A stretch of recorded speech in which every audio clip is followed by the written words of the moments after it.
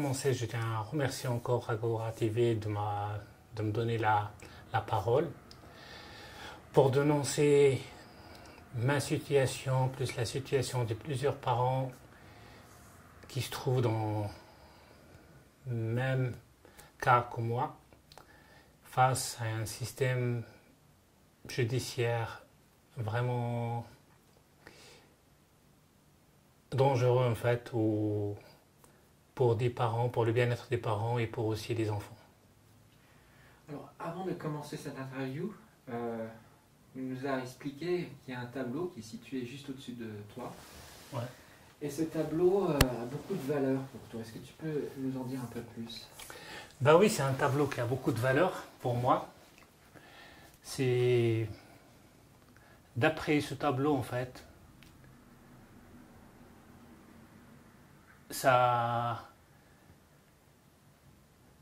m'a permis en fait de connaître la valeur de l'amour autant que père. C'est d'une artiste en fait pas connue. Malgré cela, ce tableau il est inestimable pour moi. Alors, on voit qu'il est signé. Oui. Voilà. Inestimable parce qu'il a été fait par un grand artiste. Pas une grande artiste plutôt. Mais pas connue. Il s'agit en fait de ma fille. C'était le 7/04/2012. Il avait 4 ans. 4 ans. Alors on voit la trace de ses pieds, de ses mains. Après il a dessiné un cœur pour moi. Voilà, c'est presque une des choses qui me reste d'elle en fait. Je l'ai mis au salon parce que comme ça, voilà, c'est pas pour dire, pour penser à elle tout le temps, parce que même sur ce tableau-là, je pense et je penserai à elle tout le temps. Peux-tu nous expliquer ce qui t'est arrivé, donc la situation familiale, puisque tu parles de ta fille, comme si c'était... tu ne la vois plus Maintenant, ça va faire 4 ans et demi que je la vois plus. En fait, je l'ai vue 3 fois 1 heure dans des 3 visites médiatisées. Après, je l'ai vue devant son école. Comme ça, je vais à l'improviste pour la voir. Parce qu'en fait, la justice et le retard, ils font tout pour que mon droit de visite ne sera pas établi en fait. Contrairement à ce que la loi exige en fait, pour que le droit de visite soit rétabli au plus vite possible. Alors depuis le temps, ça fait 4 ans et demi que je me bats et chaque fois j'avais un espoir. Après il y avait des audiences, malheureusement des audiences ils sont juste encore pour donner rendez-vous à une autre audience et ainsi de suite, le temps passe. Et que avec le temps, j'ai compris beaucoup de choses en fait, que là, des personnes en fait qui s'acharnent contre moi, leur but c'est pas d'établir le droit de visite, c'est plutôt de m'éloigner de ma fille et de la laisser dans un milieu néfaste pour subir de l'instrumentalisation en fait, ce qu'on appelle la SAP, pour que la mère la remonte contre moi. Mais tant qu'il y a l'amour, il y a l'espoir. Mais 5 ans, ça fait long. C'est-à-dire qu'en 5 ans, il n'y a eu aucune visite? En fait, ils n'ont jamais voulu établir des visites. En fait, chaque fois, ils ont dit, voilà, d'abord, je dû me battre parce qu'au début, le dossier a commencé sur le canton de Vaud. La mère, elle fait chaque fois, elle avait 30 obstacles au droit de visite. La somme, j'ai cumulé, en fait, il y avait 32 violations de droit de visite, donc 4 sous la menace de l'article 292 qui est... Alors, elle a été condamnée, certes, mais cela n'a pas changé grand-chose. Et que depuis qu'il est en Valais, alors il avait une décision qui devrait se mettre pour que mon droit de visite doit reprendre, en fait, soit repris en 2018. Ouais, depuis le septembre 2018, la mère, elle a fait insoumission encore, elle refuse. Et depuis ce temps-là, il y a une pédopsychiatre qui s'est intervenu dans le dossier pour dire non, il faut mettre les droits de visite médiatisés. En fait, le but, c'est même pas pour mettre les droits de visite médiatisés, en fait, c'est pour protéger la mère d'une plainte, au cas où je dépose une plainte contre elle pour violation au droit de visite ou pour insoumission aux décisions d'autorité. Donc, en résumé, si on comprend bien, il y a eu des décisions de justice qui ont été favorables, mais ces décisions ne sont pas respectées. Elles n'ont jamais été respectées tant qu'il s'agit d'elle, en fait. C'est elle la seule juge, en fait. C'est elle qui est la seule qui décide. Les décisions, en fait, elle respecte les décisions seulement quand elles lui sont favorables. Mais il y avait tellement d'abus, soit de la part des services, des assistants, certains assistants de la protection de l'enfant. En cela s'ajoute encore d'abus de certains psychiatres, une puis deux psychiatres en fait, pour ne pas dire tous, non, c'était une d'abord. Ensuite, en fait, maintenant, les abus en fait, de la part de la présidente de la POA, qui est censée de faire respecter les lois, malheureusement, elle est complice et que mes violations sont violées en longueur, en largeur. Mes droits fondamentaux sont presque inexistants en fait pour cette présidente de la POA. Malgré même encore dernièrement en fait il y avait une expertise qui a été faite, une expertise unilatérale en fait sur mesure par des experts connus pour leur façon de faire. J'ai demandé l'expertise, il me l'a refusé, même de faire des photocopies, même d'avoir une copie ou d'aller là-bas scanner. Et encore au-delà de ça, ce qui a étonné beaucoup de monde en fait, ce qui a surpris beaucoup de gens parce que c'est inadmissible, c'est que je n'ai même pas le droit de copier à la main certains passages de cette expertise. J'ai fait recours au tribunal cantonal, le tribunal de Valais. Le tribunal cantonal, il a admis mon recours. D'abord, avant qu'il rend la décision, le tribunal cantonal, ils ont demandé à la POA, la présidente, de reconsidérer, ce qu'il a refusé. Ensuite, le tribunal cantonal a rendu la décision pour que le recours il est admis, qu'il y a une violation de mon droit d'être entendu. Ce que je suis en train de dire, ça va surprendre beaucoup de monde. Il faut vraiment vivre cette situation pour la connaître. À nos jours, il y a qui? Il y a des pédopsychiatres ou des avocats ou les parents concernés ou des personnes qui sont concernées directement ou indirectement en fait. C'est les seuls presque qui connaissent ce système.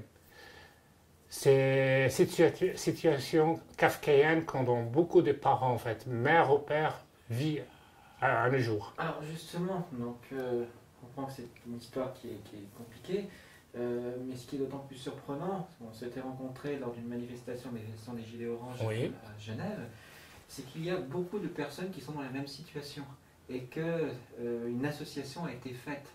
Est-ce que tu peux nous en dire plus? Alors certes, il y en a beaucoup de parents qui sont dans cette situation. Certains n'osent pas manifester par crainte, parce qu'il y en a certains qui sont même reçus des menaces de genre, si vous faites ça, vous êtes contre nous et quoi on va tout faire pour suspendre votre droit de visite et tout ça. En fait, ça veut dire, pour ces gens-là, il faut subir. Donc c'est un chantage. Mais c'est un chantage affectif, pardon. Et ça, je ne suis pas le seul à le dénoncer. Heureusement, on est encore dans un pays, en fait, démocratique. Il y en a des gens qui portent ce pays dans leur cœur, qui savent faire trier, en fait, le bon grain de l'évry, et que maintenant, il y en a beaucoup de politiciens, des psychiatres, des avocats qui nous soutiennent. Alors les choses, et des journalistes, il y en a certains qui maintenant, ils ont un petit peu pris le courage pour dénoncer parce que c'est quand même un sujet tabou. Et c'est impensable. Je veux dire, on n'est pas au Moyen-Âge et que le droit d'un père sur ses enfants, c'est un droit fondamental. Je veux dire, c'est comme de boire de l'eau. C'est quelque chose, en fait, c'est essentiel pour la vie.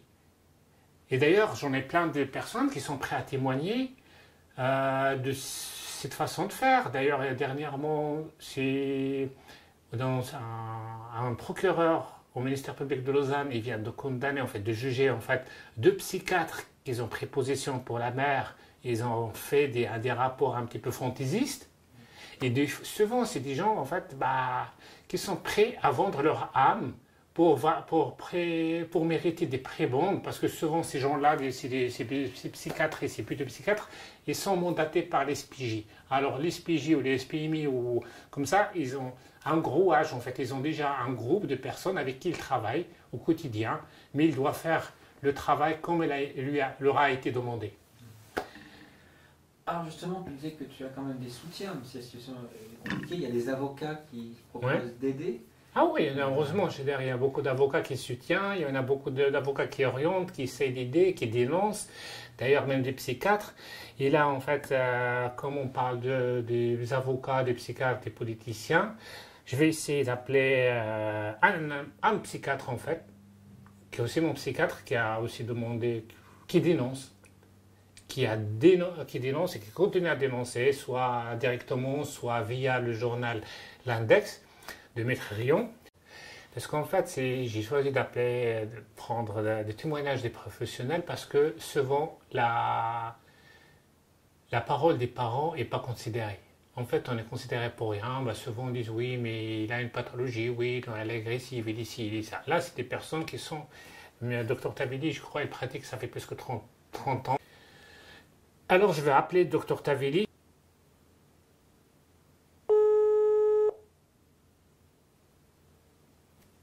Oui, Taveli. Oui, bonjour docteur. Comment allez-vous? Bien. Bien. En fait, je me permets de vous appeler parce que il y a Agora TV qui sont chez moi en train d'enregistrer. Oui. Alors, je leur ai parlé en fait comme quoi il y a beaucoup de médecins, psychiatres, des avocats, des politiciens qui soutiennent la cause et qui dénoncent au quotidien.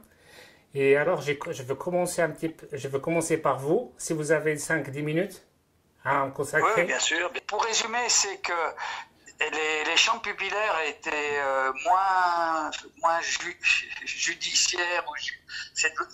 Les APEA donc les autorités de protection de l'adulte et de l'enfant sont devenus pratiquement des tribunaux dirigés par un peu n'importe qui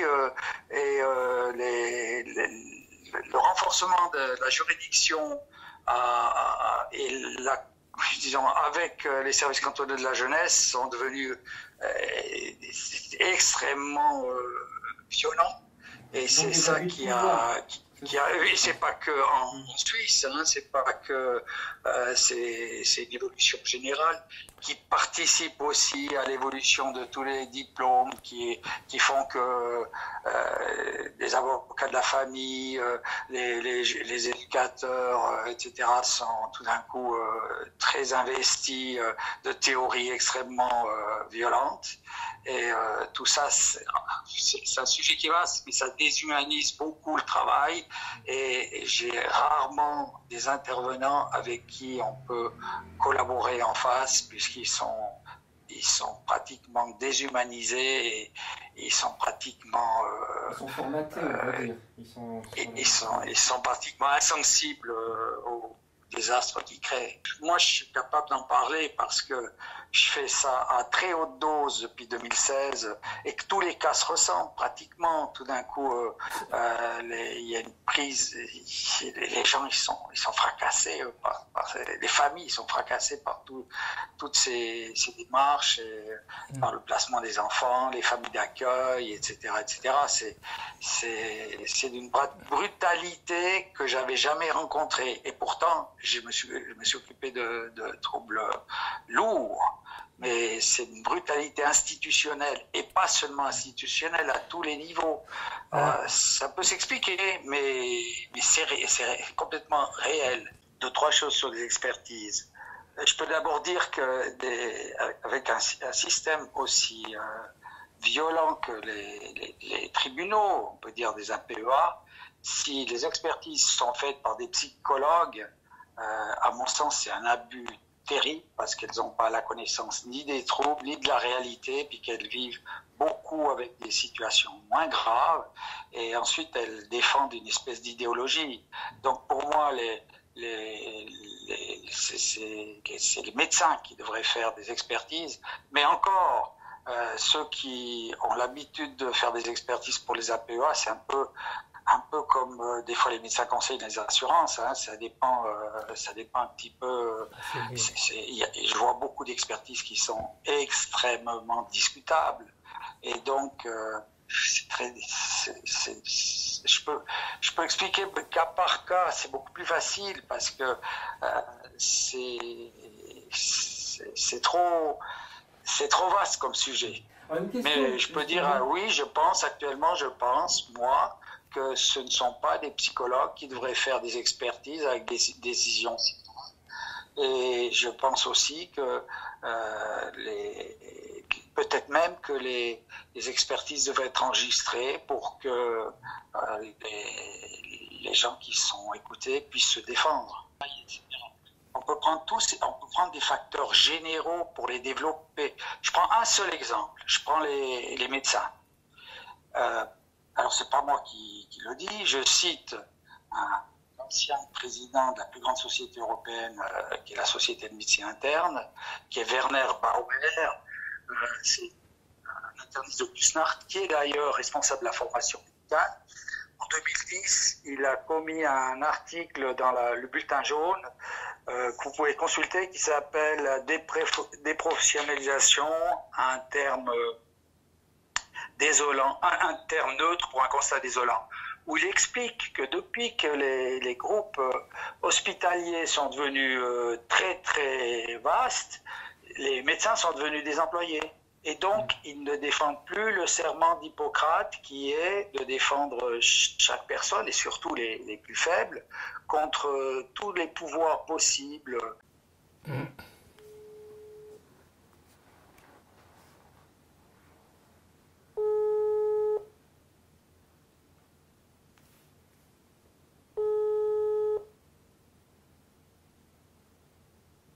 Oui, bonjour maître. Alors en fait, je suis avec Agora TV.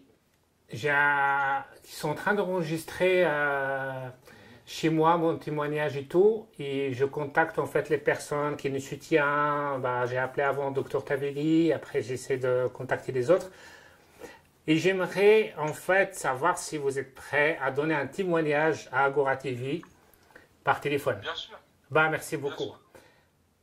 Alors voilà, vous connaissez la cause déjà très bien.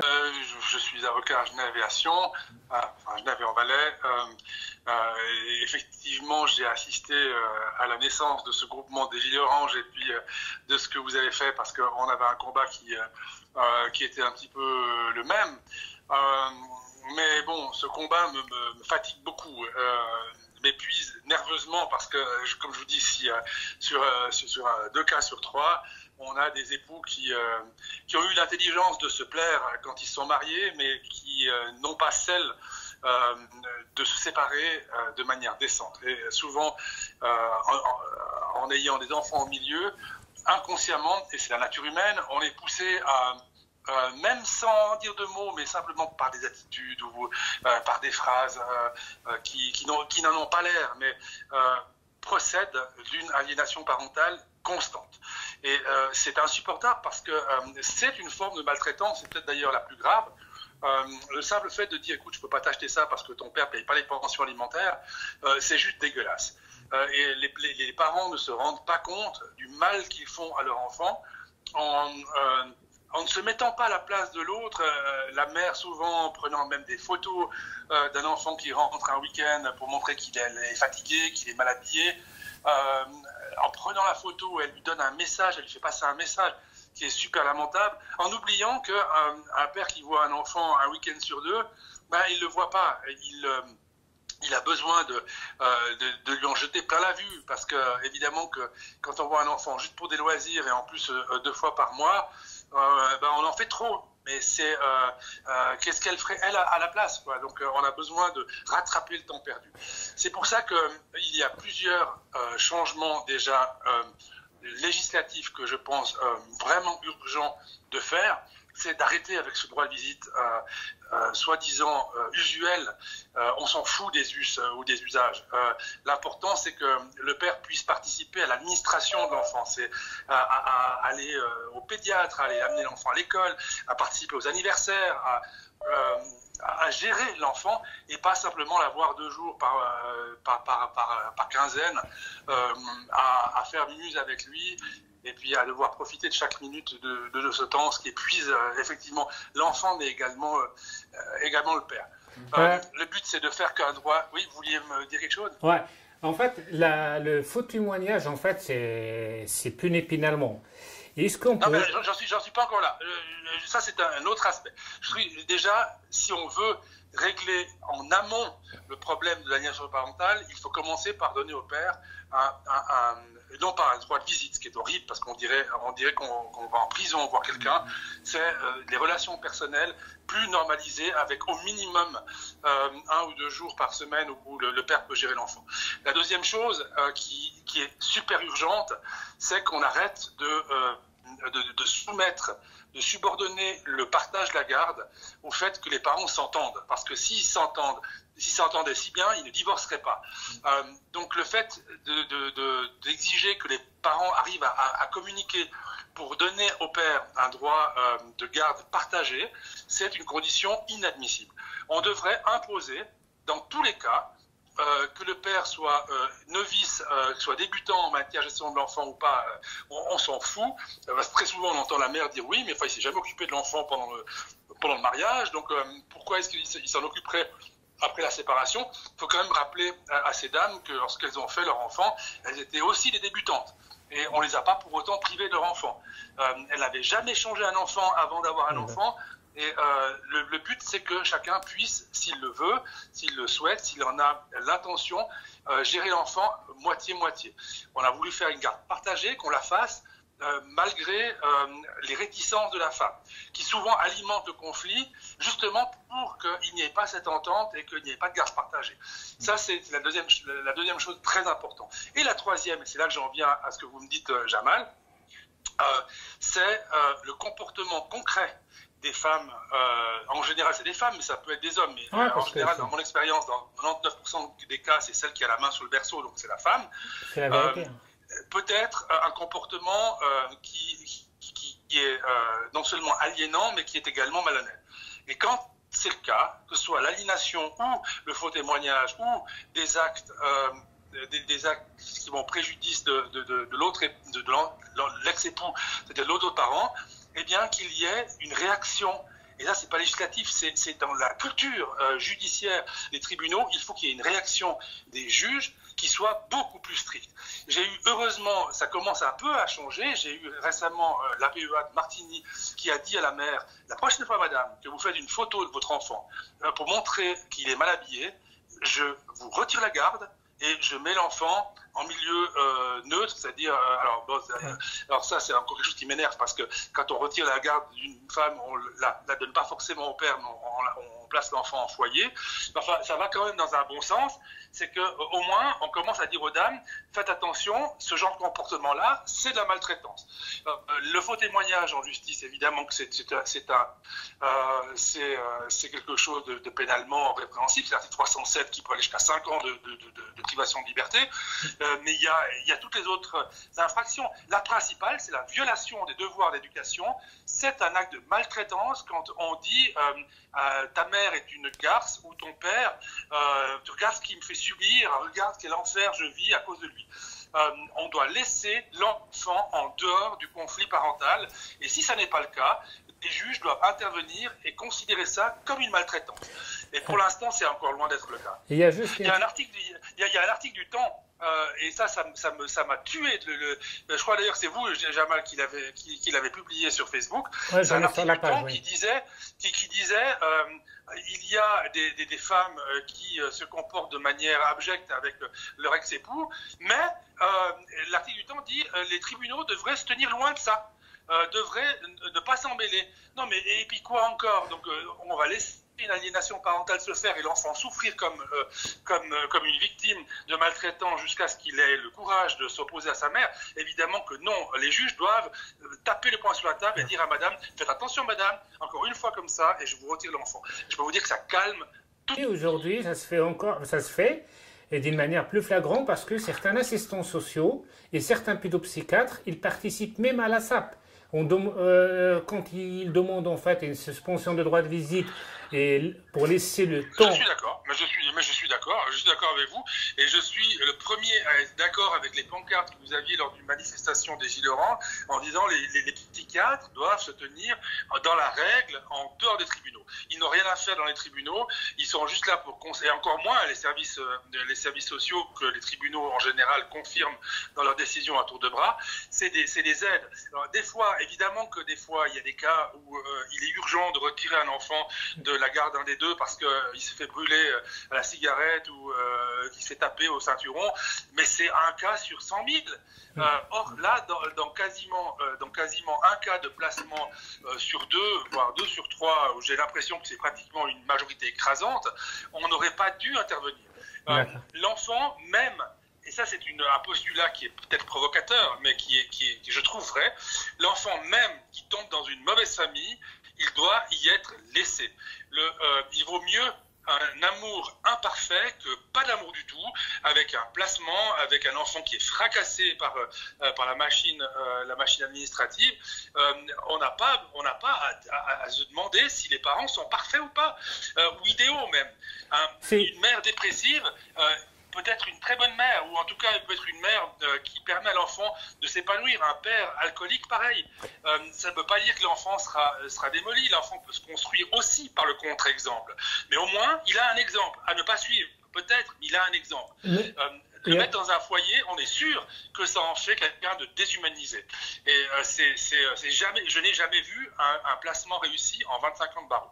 Donc, ne me parlez pas de placement, à part dans des cas où vraiment il y a des cas graves, mais dans ce cas-là, c'est l'ultima ratio et c'est extrêmement rare, c'est en tout cas pas la règle. Voilà. Parce qu'il y a un lien émotionnel, en fait, ils sont trop fusionnels. Un enfant est très fusionnel avec son père et sa mère. C'est juste insupportable. Moi, j'ai effectivement eu une fois un retrait de garde parce que la mère, qui était dépressive, faisait faire à manger à sa fille de 13 ans. Et on disait que c'est une inversion parentale. La fille de 13 ans elle est faite pour être insouciante et aller à l'école. Elle n'est pas faite pour faire à manger. Mais on n'a pas demandé à la fille de 13 ans si elle trouvait son compte ou pas. Et quand on l'a placée, cet enfant, elle a fait 3 fugues et 2 tentatives de suicide parce qu'elle ne supportait pas le foyer. Au contraire, quand on doit se battre et qu'on a le contre-exemple d'un parent auquel on ne veut pas forcément ressembler, mais avec lequel on a un lien affectif, ça donne souvent la force de traverser ces épreuves. C'est pas idéal, mais c'est 10 fois mieux qu'un placement qui, comme je vous le répète, n'est jamais réussi. Un placement, on n'a jamais un enfant qui sort d'un placement en disant « Waouh, j'ai passé une super période, j'ai beaucoup appris et je me suis lié avec 3 éducateurs qui resteront mes amis à vie. » Ça, je n'ai jamais entendu de ma vie. Donc, et je défie quiconque de me dire qu'il a entendu ça. D'accord, maître.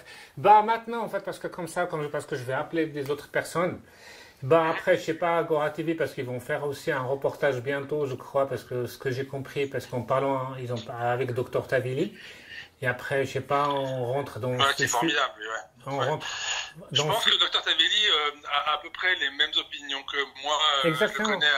Je connais pas bien personnellement, mais je l'ai beaucoup lu. Voilà, c'est de nouveau, il faut des prisons, mais qui vient prétendre que la prison c'est quelque chose d'idéal? La prison c'est comme le placement, ça doit être réservé que dans les cas où on n'a pas le choix. Et pour l'instant, on fait de ces placements et de ces mesures d'éloignement, le fait de laisser un père ne pas voir son enfant pendant des années, quelque chose de normal, et ça n'est pas normal. D'accord. En conclusion, la solution, elle passe par le législatif. Il faut changer la loi. Sur les 2 ou 3 premiers points que je vous disais, et de changer les mentalités des juges par une formation. Les juges ne sont pas des professionnels, et non une formation que la pratique. Donc il faudrait avoir des formations de juges pour leur montrer à quel point l'existence d'un père, même dysfonctionnel, ou d'une mère, même dysfonctionnelle, est important pour un enfant. Voilà. D'accord, maître. Merci beaucoup. Au plaisir. Merci. À bientôt. Merci. Au revoir. Au revoir. Au revoir.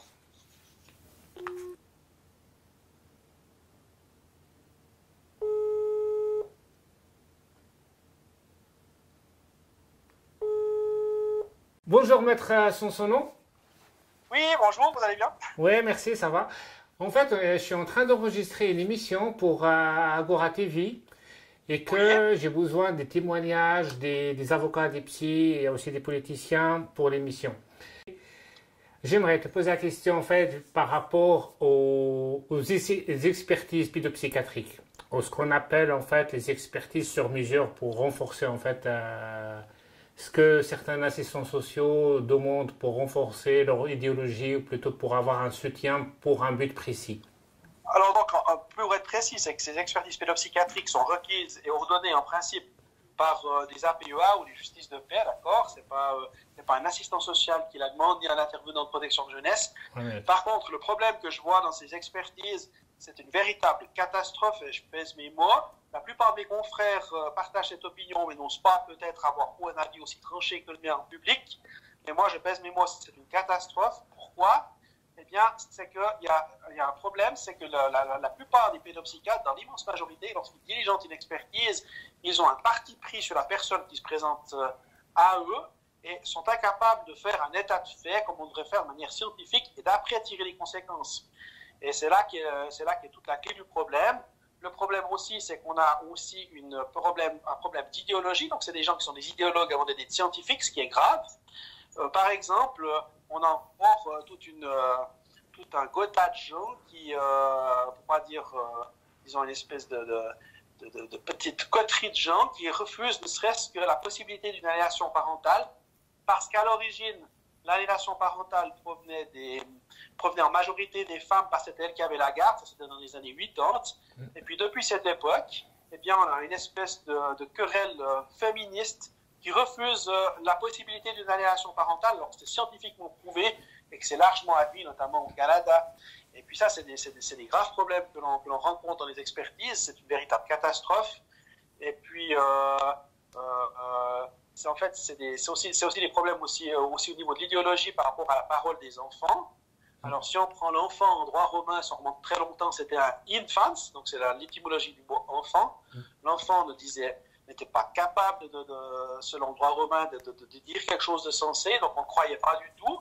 Et puis maintenant, on en est arrivé où l'enfant a quasiment une parole d'évangile, et puis on n'essaye pas de se poser la question s'il a été instrumentalisé. Donc ça, c'est vraiment le gros problème, c'est qu'à mon avis, la plupart des pédopsychiatres de ce pays sont incompétents parce qu'ils ne sont pas capables d'établir un état de fait réel, conformément aux principes de base de la science qui sont issus du siècle des Lumières. Et la plupart du temps, moi j'ai fait une comparaison dernièrement, j'ai l'impression que les pédopsychiatres agissent dans les expertises comme finalement un juge qui te condamnerait pour vol parce que simplement il a décidé que tu n'avais pas une bonne tête. Voilà. Sans enquêter sur la question, sans faire les faits. Et la plupart du temps, moi j'ai pris plusieurs pédopsychiatres la main dans le sac, on ne peut pas dire autre chose, un peu comme un mauvais voleur d'ailleurs, où on voit qu'ils n'ont carrément pas étudié les dossiers, c'est une catastrophe. Donc ils se font une idée sur les gens, et puis les expertises sont absolument contraires aux règles scientifiques. Et après, bien entendu, ces gens-là vont vous dire, mais vous, cher maître, vous êtes absolument incapable de pouvoir faire un jugement, vous n'êtes pas médecin vous-même. Alors oui, je ne suis pas médecin, oui, je ne connais pas les théories psychiatriques sur le bout des doigts, parce que dans ce domaine-là, je commence à en connaître un bout. Mais par contre, où je peux répondre, c'est que les méthodes scientifiques, je les connais, elles sont partout les mêmes. Et lorsque l'on n'a pas fait un état de fait correct, que ce soit en médecine, que ce soit en chimie, que ce soit en physique, que ce soit en théologie même, et bien finalement, ça démontre que c'est que de la poudre aux yeux, puis ça ne vaut rien du tout. Voilà. Il y a juste mettre son nom en fait, parce que j'aimerais juste préciser que vous êtes sur Fribourg. Et oui. Tout à l'heure, vous êtes sur Fribourg. Tout à l'heure, j'ai parlé en fait avec un médecin, un psychiatre en Valais. Alors, oui. Il a dit, tiens, là, on parle alors, parce que vous avez dit, en fait, tu as dit, comme quoi, ils te disent, oui, cher maître, vous n'êtes pas un spécialiste, vous n'êtes pas un médecin. Ouais. Mais le problème, c'est qu'il y a des médecins, des psychiatres qui dénoncent la même chose que vous venez de dire. Est-ce que... Alors, moi, je vais être très clair aujourd'hui. C'est qu'en fait, aujourd'hui, l'expertise est devenue un marché. La pédopsie, comme l'a dit, je pense, le docteur Valaisan, c'est le docteur Tavelli. Oui, exactement. C'est clair, c'est un psychiatre tout à fait compétent, le problème, c'est que lui, il a fait autre chose, la pédopsychiatrie, il a fait de la vraie médecine avant de faire de la psychiatrie, donc il a vraiment tout il connaît bien le domaine, parce que je le connais, il m'a expliqué comment il avait fait sa formation. Donc, c'est pas des gens qui ont simplement fait des théories à l'uni, mais qui ont vraiment pratiqué le terrain. Et puis le problème, ce qui se passe, c'est qu'à mon avis, ça reste quand même mon avis, hein, c'est clair, mais qui est partagé par une majorité de confrères, c'est qu'en fait, la pédopsychiatrie ne rapporte pas grand-chose au niveau des tarifs, la malle et compagnie. Mais par contre, quelques petites expertises, ça rapporte beaucoup d'argent parce qu'on est à 10 000 francs par expertise pour raconter à peu près n'importe quoi sur l'image. Il y en a des expertises qui sont à 30 000 balles. Alors moi, j'en ai eu à 10 000 qui racontent à peu près n'importe quoi. Là, je peux dire, j'en ai plusieurs fois vu où c'est n'importe quoi. Puis c'est simplement pour tranquilliser des juges qui n'ont plus envie de juger. Alors le problème qu'on a maintenant, que j'ai remarqué moi à plusieurs reprises, c'est qu'on commence à avoir une nouvelle tendance. Là, j'ai eu quelques cas ces derniers temps. On a des juges qui ont décidé de reprendre la main puis de juger. Le problème qui se pose aujourd'hui, à mon avis, c'est qu'on est dans une société où les gens veulent botter en touche, ils ne veulent plus prendre des décisions eux-mêmes. Alors, ça se passe comme ceci dans le domaine du droit, mais si on élargit le débat, eh bien, qu'est-ce qu'on voit partout? C'est la mode des consultants, c'est la mode des audits partout. On vient d'en voir pour un à Genève, par exemple, c'est un grand exemple. Etc. Donc le problème, c'est que les gens veulent tous se couvrir. Il n'y a plus personne qui veut prendre des décisions sur la base de faits. Et puis ça, c'est la grosse difficulté, quoi. D'accord. Merci beaucoup, Maître Sansono. Oui. Je vous laisse à votre famille, comme ça, parce que j'ai dit comme ça. Merci beaucoup. Et merci. À bientôt. Merci. Merci.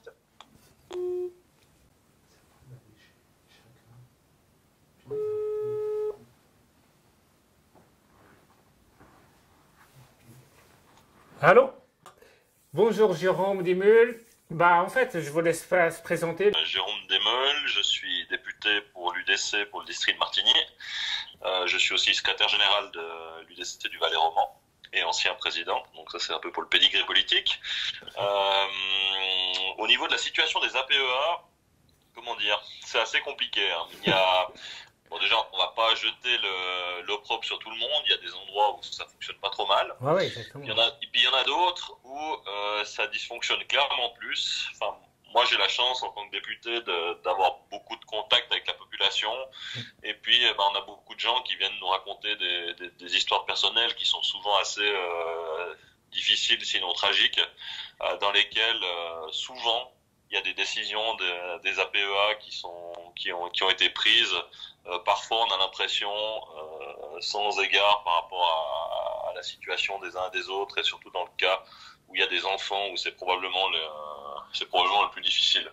C'est un sujet qu'on a abordé depuis longtemps, notamment au Grand Conseil, puisqu'il y a même eu certaines APEA où il y a eu des dysfonctionnements beaucoup plus graves.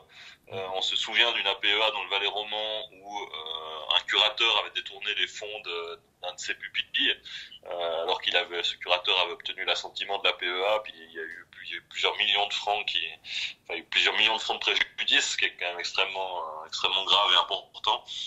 Donc ça fait longtemps qu'on sait qu'au niveau des APEA, la surveillance, elle est pas bonne, elle est mal exercée par le canton. Et puis ensuite, le travail en lui-même, il est problématique puisque dans beaucoup d'APEA, on a des gens qui font ça à temps très partiel, je dirais, qui sont pas forcément des professionnels de ce métier-là, parce que ça devient quand même un métier. Et ça se ressent sur la qualité et le professionnalisme des décisions qui sont rendues. D'accord. Et si je vous parle en fait des situations en fait le PIE, en fait des placements abusifs et des séparations d'enfants avec un des parents, des fois les deux, quand il s'agit de placement. D'ailleurs même j'ai parlé avec la dame que vous soutenez en fait, de laquelle vous m'avez donné son numéro, son histoire, c'est à tomber par terre. Je veux dire, là, d'ailleurs, je vais l'appeler après pour qu'il donne son témoignage. Alors, en fait, c'est par rapport au placement et par rapport au... Oui, il y en a plusieurs. Hein. Moi, honnêtement, je connais plusieurs. Laurel, c'est un cas peut-être particulièrement emblématique, puisqu'en plus, elle était, on va dire, mariée avec un notable. Et puis, on a l'impression que l'APEA a rendu toutes les décisions en faveur de cette personne et puis en défaveur d'elle, alors que c'est une femme qui est tout à fait, qui travaille, qui est capable de s'assumer aussi financièrement. Enfin, à ce niveau-là, il n'y a pas de problème. Alors après, en tant qu'homme politique, souvent, c'est quand même compliqué de rentrer dans les cas particuliers, puisqu'on a forcément qu'un seul côté de l'histoire, pas forcément les deux. Donc on essaie quand même toujours d'être un peu prudent.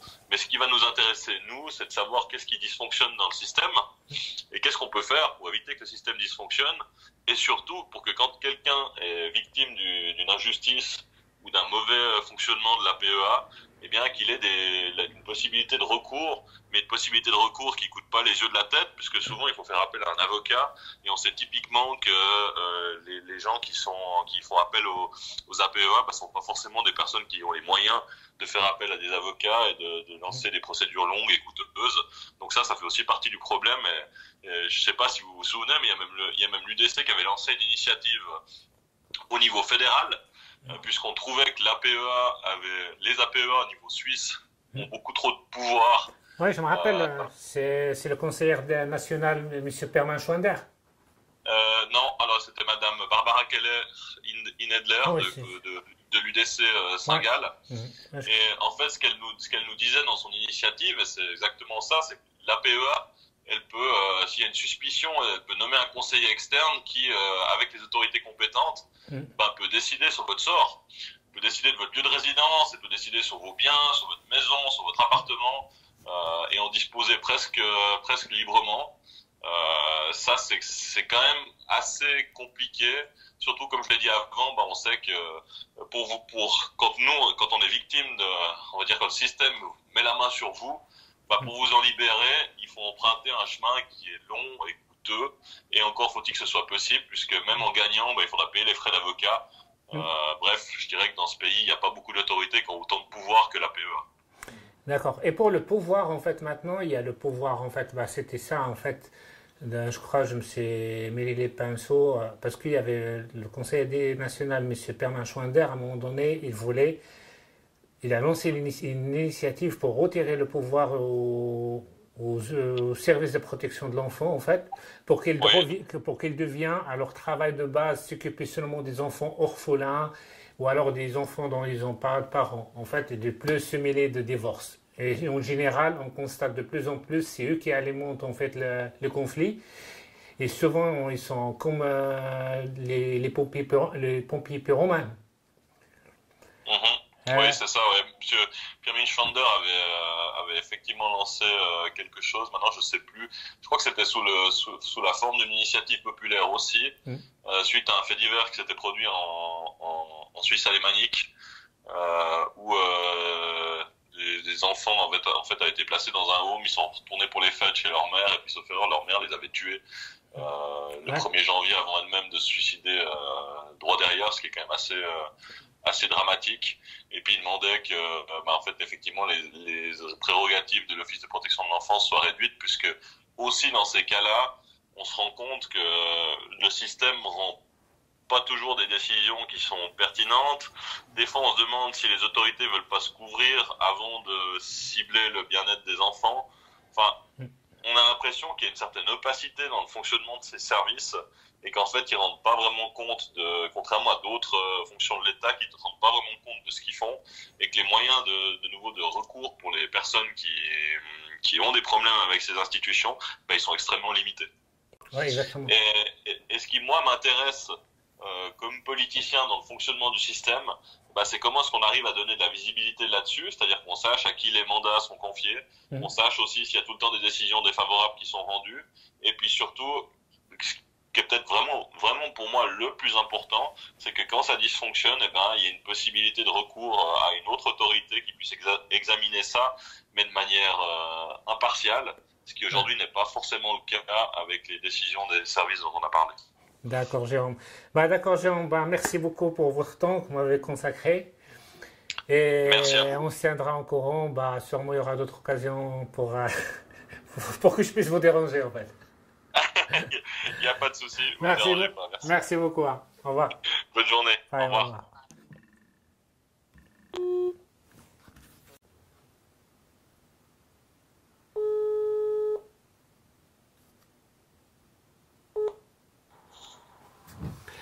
Bonjour Madame Christine. Allô? Bonjour, allô, oui, bonjour Madame Colon. Qu'elle va se représenter comme ça, je vous pose devant le micro et comme ça, vous présentez. D'accord. Eh bien, je suis psychologue et psychothérapeute. Je suis spécialisée dans le traitement des victimes de pervers narcissiques et de manipulateurs en général. Et donc, je suis confrontée au quotidien à la difficulté des victimes à se faire entendre par la justice et plus globalement par les intervenants sociaux, dans la mesure où le vécu des victimes est difficilement compris.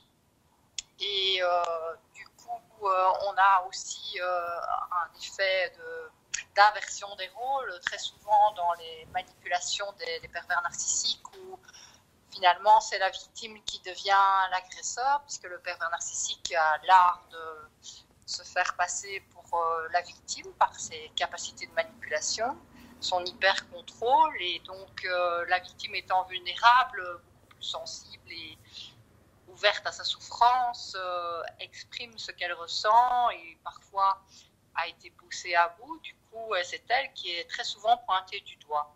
Et donc, il y a une incompréhension non seulement du vécu des victimes, mais du fonctionnement de la perversion narcissique qui fait qu'il y a vraiment une difficulté pour les victimes à être entendues et même à être reconnues dans leur vécu de victime. D'accord.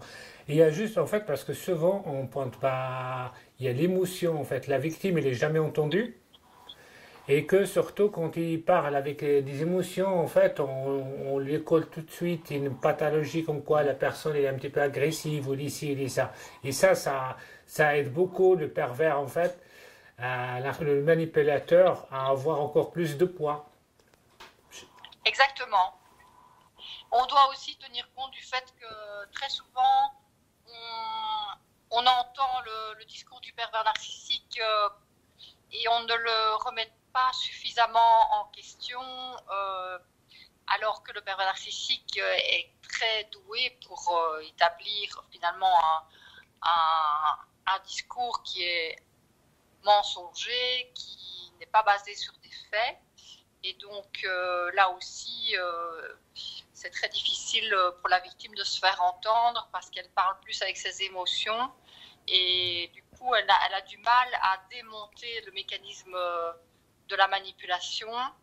Elle n'a pas le recul nécessaire pour pointer du doigt les faits et vraiment démonter le mécanisme de la manipulation mensongère.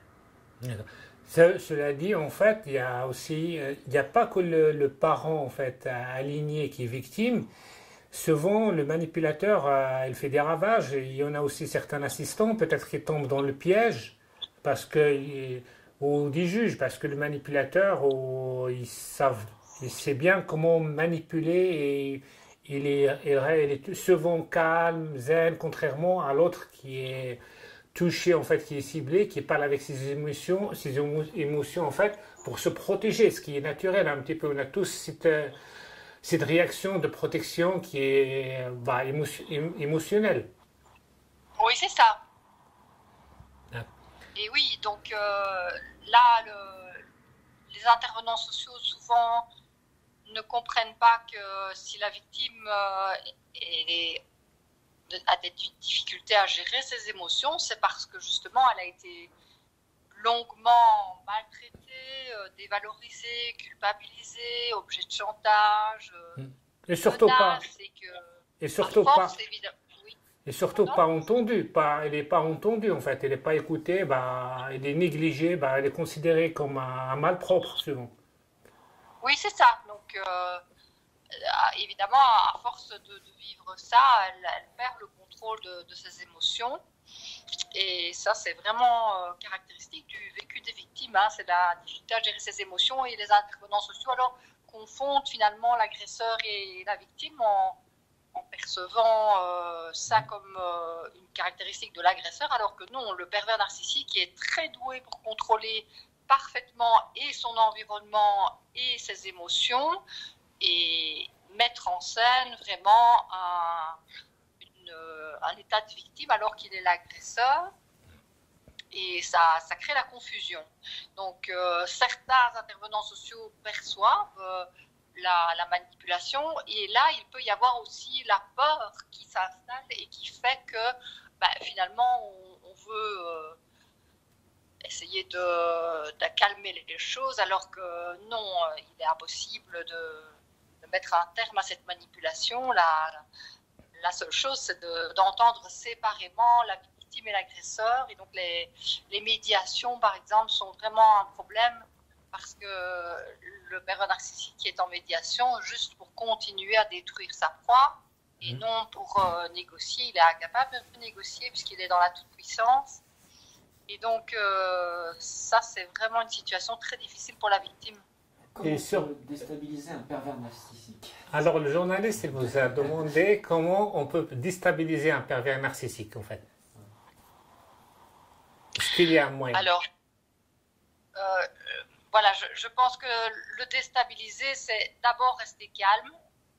Et donc, bon, pour les victimes, c'est très difficile, mais bon, pour les interventions en médiation ou en expertise, évidemment, le médiateur doit prendre le recul et ne pas se laisser séduire, parce que c'est vraiment ça la première chose que fait le pervers narcissique, c'est de séduire le médiateur, le juge, le psychologue, l'expert, et c'est de ne pas se laisser séduire, prendre du recul par rapport à tout ce qui est exprimé.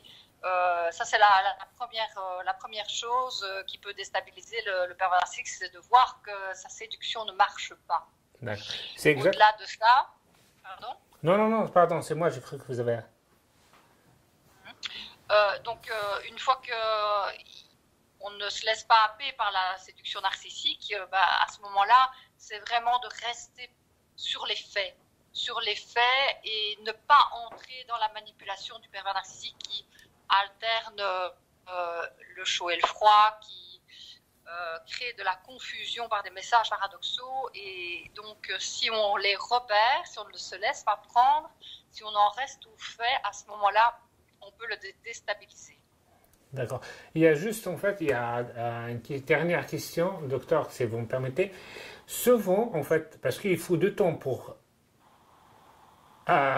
peut-être diagnostiquer ou comprendre comme quoi on est manipulé, surtout certains assistants sociaux et tout ça. Alors peut-être il y en a quelques-uns qui vont comprendre à la fin, avec le temps, comme quoi ils sont fait manipuler. Mais le problématique, c'est que quand ils se rendent compte comme quoi quand ils sont manipulés, ils n'osent plus dire comme quoi on a tort. Alors ils participent, à ce moment-là, ils rentrent dans une deuxième phase où ils participent même avec le parent manipulateur. Oui, c'est ça la difficulté aussi, c'est de finalement pouvoir prendre conscience qu'on a le droit à l'erreur, qu'on peut se tromper et qu'on a pu se laisser séduire et qu'on peut finalement se remettre en question. Donc ça, c'est vraiment aussi un travail à faire au niveau du monde des intervenants sociaux. C'est à la fois de comprendre la manipulation et que tout le monde peut se faire manipuler. Hein, donc c'est pas honteux d'admettre son erreur, parce que tout le monde peut être manipulé par un pervers narcissique. On a tous des failles qui sont liées à nos blessures d'enfance, et donc c'est pas honteux de finalement revenir sur ce qu'on a dit et réanalyser la situation a posteriori. D'accord, docteur. Ben, merci beaucoup pour votre témoignage. C'est vraiment gentil. Merci beaucoup, docteur. Oui, de rien. Bonne journée. Au revoir. Merci, bonsoir et au revoir. Alors, après nous avons eu en fait des témoignages des avocats, des psychiatres et aussi hommes politiques. Je crois je vais prendre le témoignage des parents, aussi des parents victimes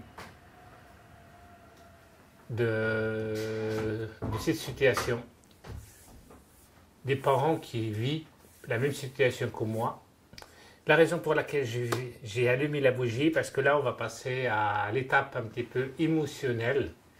Il y en a certains parents qui vont parler un petit peu avec leur trip, et que, voilà, d'une manière spontanée.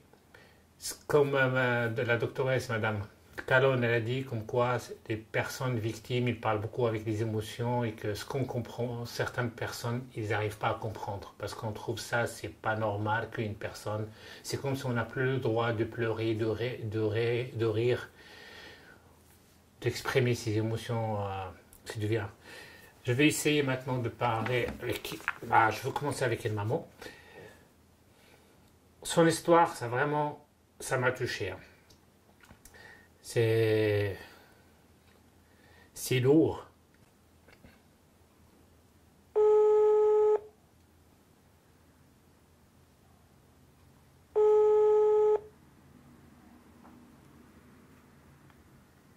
Oui, bonsoir Jamal. Oui, bonsoir. Comment allez-vous? Oh, ça va bien. Ça Je suis va? accompagnée d'une amie. Je peux mettre le haut-parleur? Bah, faites comme vous voulez, vous êtes chez vous, mais c'est moi, parce que là, voilà, j'ai mis un micro. Il y a qui est près de moi, et c'est Jamal, je ne connais même pas son nom de famille. Ok, c'est pas... Bonsoir Jamal. Alors, bonsoir. En fait, là, je suis en train d'enregistrer l'émission et que c'est pour les victimes des services de la protection de l'enfant et tout. Et j'ai besoin de votre témoignage, la raison pour laquelle je vous ai appelé. En fait, vos états là, l'enregistrement, il a déjà commencé. Alors, j'aimerais, si vous pouvez présenter, après, vous pouvez me faire un résumé de votre situation, ce qui est, c'est vrai, c'est pas facile, mais essayez de faire de votre mieux. Merci beaucoup. Alors, je m'appelle Nicole Rutiman, et puis j'ai commencé les démarches de divorce, c'était en 2011. J'ai été divorcée en 2018. D'accord. Et puis les 5 premières années, ça s'est relativement bien passé, mais je me suis retrouvée en fait la veille de Noël avec la police qui est venue chercher mon fils à l'école.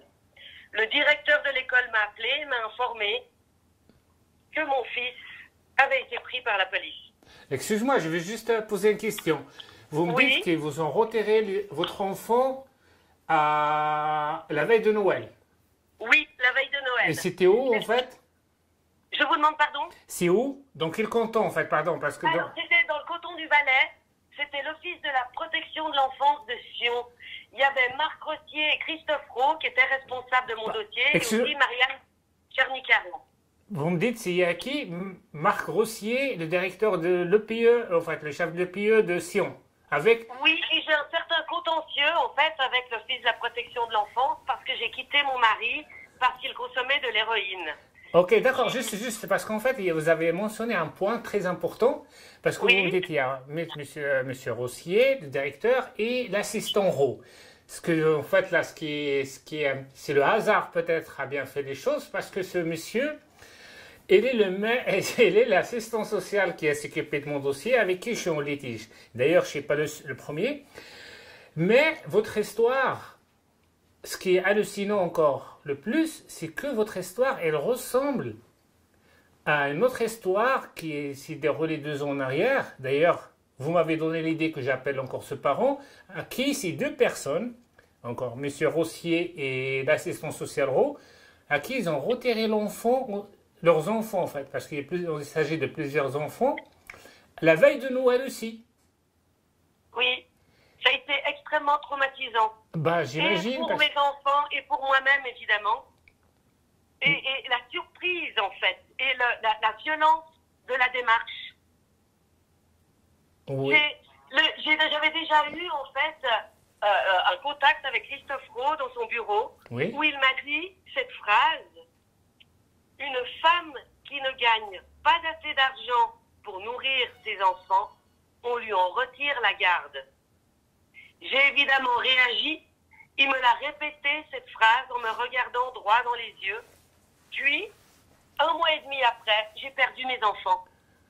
Bah, vous ne me surprenez pas, en fait, parce que j'ai déjà eu affaire à ce monsieur. Et d'ailleurs, il y a des plaintes. Bref, je ne vais pas rentrer en sujet, parce que là, c'est votre témoignage. Par contre, vous avez parlé avant que vous avez dit votre mari, il consomme de l'héroïne. Oui, donc j'en ai informé le directeur de l'Office de la protection de l'enfance, M. Marc Rossier. Ah, vous l'avez informé? informé? Il m'a répondu qu'il fallait que j'apprenne à être plus tolérante avec les toxicomanes, qu'un homme qui avait des responsabilités devait forcément trouver un exutoire. D'accord. J'aimerais juste vous tenir informé, vous êtes responsable de vous dire, hein. Moi, je tiens juste... Tout à fait. Ok. Tout à fait, je les assume, je les revendique. J'ai déjà dénoncé ces propos, mais depuis qu'ils ont été énoncés, au travers de mails, j'ai essayé d'avertir tout le monde pour dire que ce comportement est inacceptable. Oui. J'ai eu le sentiment d'avoir été humiliée, dénigrée, qu'il y avait un parti pris, d'avoir été quelque part harcelée au travers de procédures. Ça a été extrêmement destructeur pour mes enfants et pour moi-même. Quand mes enfants étaient avec moi-même, ils avaient une belle scolarité. À partir du moment où ils m'ont été retirés, ils sont déscolarisés, ils sont en échec scolaire, ils font des tentatives de suicide. Vous voulez me dire, bah voilà, ça ressemble encore à le même cas que je vous ai dit, à la famille à qui ils ont retiré les enfants la veille de Noël parce qu'il me paraît aussi que un des enfants il a fait une tentative de suicide. Bref, il y a juste parce que vous avez dit comme quoi votre ex il avait consommé en fait de la drogue, de l'héroïne et tout ça. Mais est-ce que ça a été, vous avez des preuves de vos dires en fait? La juge Boson, Action, tel quel, le tribunal d'Hérin-Comté, Action, la juge Isabelle Boson, elle a directement en séance interrogé le père des enfants, à savoir s'il était ou avait été consommateur d'héroïne, et il a répondu par l'affirmative, comme quoi, quand il était dépressif, il avait tendance à consommer de l'héroïne, mais qu'il se prenait en charge, et il a dit que c'était très bien. Et ils ont tous décidé qu'il était tout à fait apte à s'occuper des enfants. Donc je suis quelque peu inquiète, et c'est peu dire, par rapport à l'environnement dans lequel évoluent mes enfants, avec le couvert de la protection de l'enfance et de la justice. D'accord. Et j'ai une question en fait. Ça fait combien de temps que vous avez plus de contact avec vos enfants maintenant? Alors ma fille, je ne l'ai plus vue depuis 4 ans, et mon fils, je ne l'ai plus vu depuis 2 ans. Il y a un droit de visite que je pourrais exercer, mais si je le demande, et quand je l'ai demandé à multiples reprises, il m'a été refusé. Ils ont fait un rapport psychojudiciaire. J'ai appris dans les journaux que c'était un copier-coller qu'on avait, apparemment, certains d'entre nous, qui m'a énormément affectée. Et je croyais que j'étais seule dans cette situation. Et en fait, c'est extrêmement destructeur, ça décrédibilise la parole. Et à partir du moment où ce rapport psychojudiciaire a été établi, tout ce que je pouvais dire n'avait plus aucune valeur. Les enfants ont essayé de s'exprimer. Ils n'ont jamais écouté les enfants quand ils disaient qu'ils voulaient être avec leur maman. Jamais. Par contre, si un enfant avait un mot de travers, genre je me suis disputée avec maman à cause des devoirs, c'est clairement noté dans les PV. D'accord. Alors vous me dites maintenant ça fait un moment et que vos droits de visite ne sont pas respectés, en fait, et font tout pour vous éloigner en fait de la vie de votre enfant. Oui, et en tenant le discours, en fait, un peu schizophrénique, comme quoi il est bon pour l'enfant d'avoir des relations avec ses parents. Et après, il y a un piège qui s'enclenche où, quand on est une maman et on ne voit pas ses enfants pendant un certain nombre d'années, on souffre, on s'exprime, et là ils disent, voyez, nous avions raison d'éloigner les enfants de vous, parce que vous avez une attitude qui n'est pas appropriée. Mais l'attitude appropriée, c'est quand on est trop calme, ça n'est pas approprié.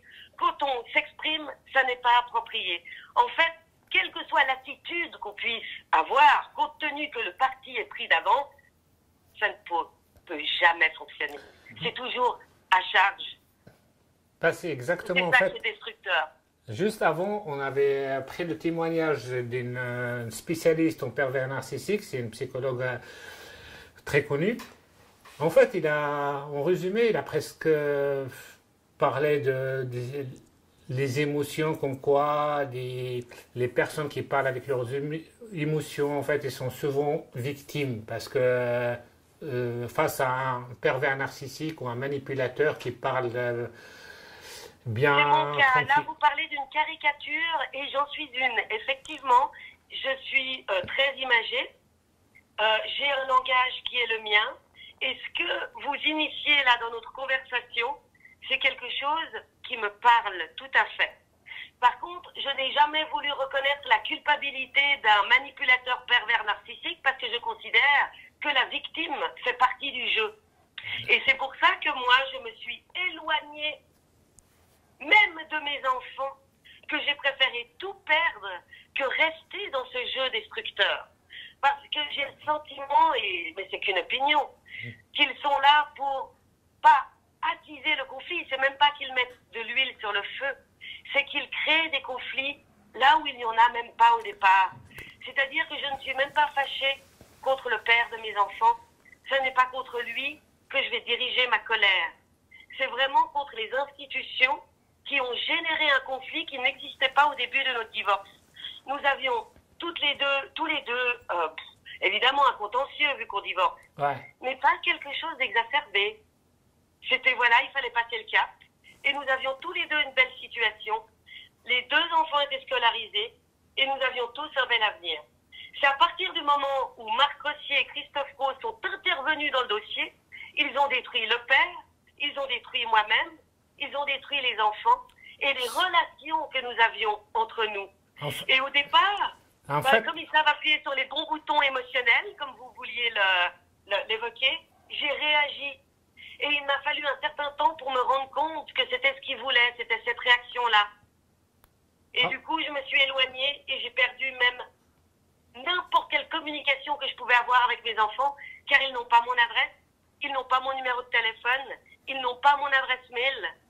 Donc il n'y a rien qui est possible. Et je me retrouve en tant que maman, excusez-moi, dans une situation où si je m'approche de mes enfants, je risquerais d'enclencher un feu. Vous comprenez? Il y a juste, en fait, je voulais vous poser une question avant, mais vous l'avez répondu automatiquement. On dirait que vous lisez dans mes pensées. Alors, en fait, c'est que vous voulez dire, en fait, ce que moi, je pense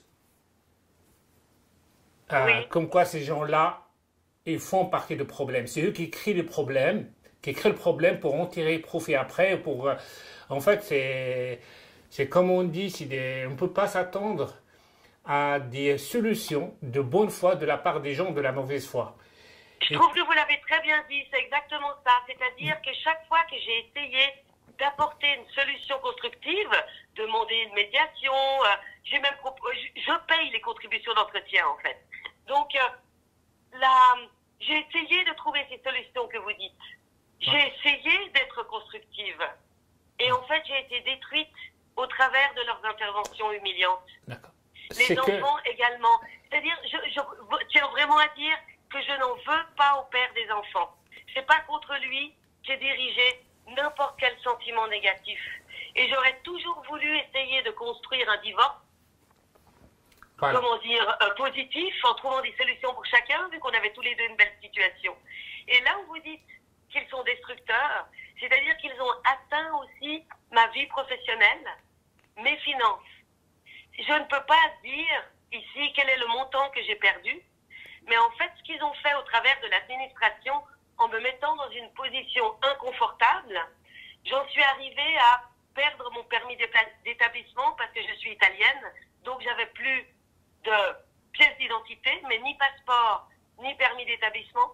J'avais plus d'accès à mes comptes bancaires, je n'avais plus de revenus.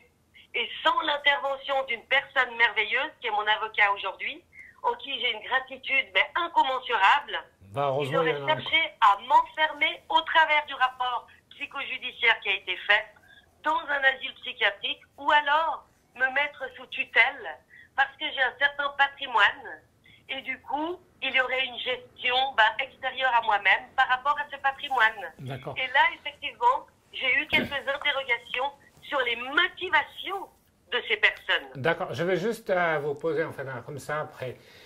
Moi, en fait, le problème, en fait, je sais déjà presque votre réponse, parce que chaque fois que je pose certaines questions à d'autres parents, on a tous la même réponse, parce que c'est un sentiment partagé, parce qu'on a le même vécu.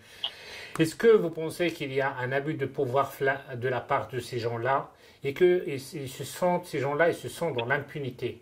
Et c'est la Mais raison pour c'est laquelle... un minimum. C'est un minimum. C'est-à-dire que je ne peux pas employer ici les mots que j'utilise dans le privé pour exprimer mon sentiment par rapport à ces personnes. Mais abus de pouvoir, c'est une litote. C'est vraiment dire les choses extrêmement faiblement. Parce que je me suis retrouvée face à des gens qui m'ont dit, mais clairement, on ne vous aime pas. Et ils ont continué leur phrase avec des choses devant les enfants qui étaient extrêmement humiliantes. La phrase que je vous ai citée tout à l'heure par rapport à l'attitude de Christophe Roux, qui me disait que si j'avais pas assez d'argent, c'est une pression énorme de la part de quelqu'un dont la mission serait de me protéger. Bah, c'était normalement leur mission, c'est pour le bien-être de l'enfant et de la famille et pour ces gens-là, en fait, bah, j'ai parlé avec un professionnel, en fait, ça fait quoi, 2-3 semaines. Il m'a dit, bah, normalement, ces gens-là, ils doivent s'appliquer pour s'assurer, en fait, le maintien de la famille et surtout le lien des enfants avec leurs parents. Et qu'il doit jouer un rôle de coaching, en fait, le coach de coaching, quoi qu'il soit le père ou la mère, et ou même vis-à-vis des enfants, d'être comme ce qu'on appelle le grand frère. En fait, aider les parents, même pour les parents les vulnérables, en fait, pour le rôle de ces personnes, normalement, il doit apporter un soutien aux parents. En fait, ce qui est le social. C'est ce que j'attendais. C'est ce qui est le social. Ils étaient très honnêtes et très ouvertes avec eux concernant le droit de visite, concernant les revenus, concernant toutes mes relations avec le père des enfants. Et chaque information que j'ai pu leur donner, c'est à chaque fois retourné contre moi. Je vous donne un exemple concret. Ma fille, quand elle est arrivée dans la première année du cycle d'orientation, j'ai reçu un mot de la titulaire de classe qui nous informait qu'il y avait quelques conflits dans la classe entre les enfants sur Facebook, Instagram, et qu'ils avaient une attitude inappropriée. Et ils demandaient à nous, parents, d'intervenir, ce qui est un problème de société relativement courant. Donc, il n'y avait pas de quoi fouetter un chat au départ. J'en informe l'Office de la protection de l'enfance, j'en informe le père. Cette information s'est retournée contre moi, comme quoi j'étais incapable de gérer cette situation. Bah, c'est même pas vous, ils vous ont dit que vous êtes incapable. Mais souvent maintenant, ce qu'ils font, une fois, si vous continuez à se plaindre d'un comportement ou quoi que ce soit de père ou de la mère, en fait, par exemple de moi, ces gens-là, ils font toute ils mettent toute leur énergie pour éloigner un des parents. Comme ça, en fait, de genre, voilà, tout va bien. En fait, il faut. Mais c'est exactement ça. Et là, je peux que appuyer vos propos. En me retirant mes pièces d'identité, ils m'ont expulsé de fait du pays. Parce que comme j'ai un passeport italien, même si je suis née en Suisse, j'ai fait toutes mes études en Suisse, j'ai toujours travaillé en Suisse, je ne me suis jamais fait naturaliser. Du coup, j'ai le passeport italien et un permis d'établissement C. Donc, ils m'ont mis dans une situation où je n'avais plus de permis d'établissement et plus de passeport. Donc, de fait, j'étais expulsée.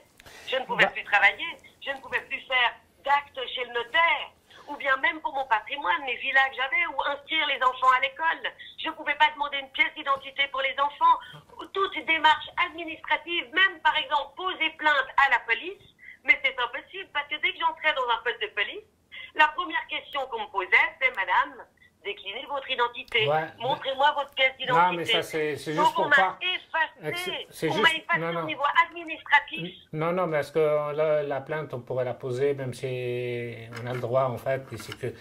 En fait, ces gens, moi, c'est mon constat, c'est que ces gens-là, en fait, ils remplissent, en fait, les poches d'un des parents, et avant de le pousser avec ils remplissent les poches d'un des parents avec des cailloux, avant de le pousser au bord de la falaise, en fait. Et c'est que malheureusement, c'est exactement ça. Alors, comment dire, bah, votre situation elle est identique à, je ne vais pas dire à une dizaine, plutôt d'une centaine d'autres situations. Ma situation personnelle, si je peux me permettre de vous interrompre, c'est que je dois assumer les dettes de mon ex-mari qui m'a laissé une somme que je ne citerai pas non plus, plus une contribution d'entretien. Il est fonctionnaire, je suis indépendante. Et c'est moi, en fait, qui dois assumer la totalité des charges de la famille dans la période de crise qu'on connaît tous. Donc, c'est vrai que la pression qui est mise sur mes épaules au travers des poursuites du SCARPA pour les contributions d'entretien et ce genre de choses, est une pression extrêmement destructrice. Je ne dis pas que je ne peux pas l'assumer, je l'ai assumé déjà depuis plusieurs années et je trouve toujours toutes les solutions. Mais ce n'est pas de la protection. Ah non, non, mais C'est c'est de la... exactement ce que vous décrivez, c'est-à-dire mettre des cailloux dans les poches de quelqu'un pour le pousser au bord de la falaise. Ah, mais il y a C'est plus ce que la... vous dites. Il y a de la prédation plutôt que la protection. Ce qui est triste, en fait, c'est que seulement ils détruisent pas, moi personnellement, je le dis, je le répète et tout, ils détruisent pas les familles, ils détruisent pas les enfants, ils détruisent pas les parents, ils détruisent pas l'avenir, mais en même temps, ils détruisent l'image de ce pays qui est la Suisse. Par contre, ce n'est pas un sujet inconnu. C'est-à-dire qu'il y a un rapport qui existe, qui a été fait par de grands professeurs, des médecins, Ouais. des gens qui sont dans les institutions que je vais vous faire parvenir, où j'ai surligné les points importants, où ils mettent en exergue cette situation, où ils expliquent très bien, et c'est un rapport officiel qui a été reconnu par la Confédération, où ils ont déjà présenté des excuses dans le passé sur les cas qui ont été reconnus, et où ils expliquent qu'aujourd'hui, ce que vous décrivez, ce que nous décrivons tous au travers de nos témoignages, où ils décrivent cette méthode qui passe au travers des rapports psychojudiciaires. Donc en fait, au travers de vous, je découvre que je ne suis pas la seule, et au travers du rapport que je vous ferai parvenir, j'ai découvert que c'était pas quelque chose de nouveau. D'accord. Alors, madame, je suis obligé de vous laisser parce que j'ai un autre, je crois que c'est le dernier témoin. Et en fait, En tout cas, je vous remercie normalement... pour votre démarche parce qu'elle est constructive. D'accord, bah merci. Et en fait, normalement, c'était prévu que vous serez le dernier témoin, mais comme vous m'aviez dit comme quoi ils ont retiré votre enfant à Noël, la veille de Noël, et que par des personnes que vous m'avez citées, c'est la raison pour laquelle je vais appeler une famille à qui ils ont retiré aussi les enfants la veille de Noël par les mêmes personnes qui vous ont retiré les enfants, qui vous ont éloigné d'enfants. En fait, c'est identique. Il n'y a que le nom, votre nom, qui change en fait. C'est une histoire similaire. Alors, je vous souhaite... C'est terrible, c'est Voilà. terrible ce que vous me C'est dites. triste. Alors, je vous souhaite une très belle soirée. Ben, on reste Merci en contact beaucoup. et avec plaisir si vous avez besoin de quoi que ce soit. En même temps, vous pouvez contacter monsieur le député Jérôme Dumoul qui nous a mis en contact et avec plaisir. Et en même temps... Avec plaisir, et je vous ferai parvenir ce rapport aussi pour confirmer ce que je vous ai affirmé. Ok, madame. Merci beaucoup. Hein. Merci beaucoup. Au revoir. Et une très belle soirée à Ouais, vous. merci, Merci, au au revoir.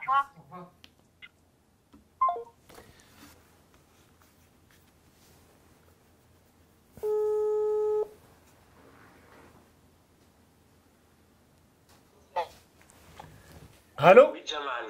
Oui, bonjour. Bonsoir, bonsoir. Ça va? Bien sûr. Pourquoi vous me demandez? Bien sûr, vous pouvez faire. Vous êtes chez vous. Hein. Je veux dire, moi, j'ai rien. Non, bien sûr, mais oui, mais parce que moi, genre, je mets pas sur haut-parleur quelqu'un sans son autorisation. Ah, bah, alors, c'est écoute, gentil, je te merci. mets. Non, non. Ouais, Moi, d'accord, par allez, contre, merci. alors, c'est honteux pour moi parce que moi, je vous ai déjà mis sur haut-parleur sans vous demander votre accord. Vous voyez? Mais parce qu'il y a le micro pour qu'on puisse enregistrer, c'est pour ça. Il est journaliste.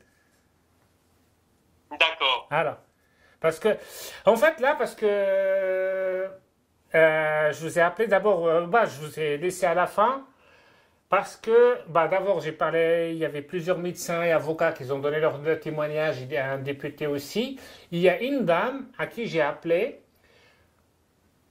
avec qui j'ai parlé, en fait, et qui a donné son témoignage. Et l'ironie de sort, c'est que son histoire, elle est identique à la tienne et que il s'est fait retirer les enfants aussi la veille de Noël par les mêmes personnes qui vous ont retiré les enfants.